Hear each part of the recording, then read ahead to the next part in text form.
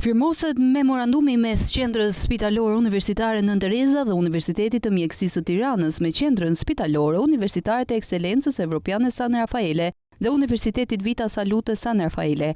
I pranishëm në ceremoni ishte edhe kryeministri Edi Rama, i cili tha se Qendra Spitalore Universitare Nën Tereza do të kthehet në një qendër ekselente në rajon dhe në Evropë. Sipas kreut të qeverisë, në shkrimi një marrëveshje të tillë hap një faqe të re për shëndetësinë e vendit tonë. Që ky është një moment historik për shëndetësinë tonë, është një moment historik për Qendrën Spitalore Universitare Nën Tereza, por është një moment historik edhe për vetë Shqipërinë. Sepse sot ne hapim një faqe krejt të re në një rrugë që, siç e përshkroi ministria, ka qenë e gjatë, ka qenë jo e lehtë. Do të se një ditë kushtet do të bëheshin ato që janë sot. Por përsëri ne jemi shumë më ambiciozë se kaq.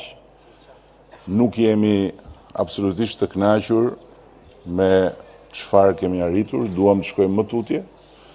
Dhe ambicia është që ta bëjmë këtë qendër spitalore pikën e referimit për gjithë Ballkanin dhe ta kthejmë në një qendër ekselence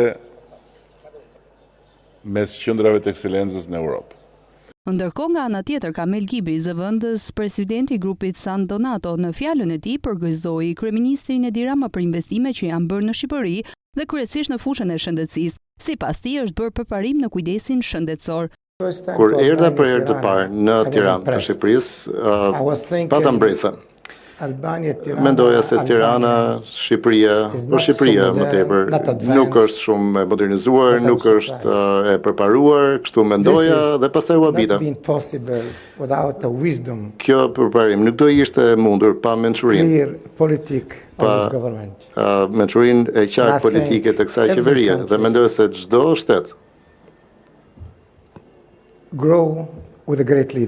rritet kur ka një drejtues të madh.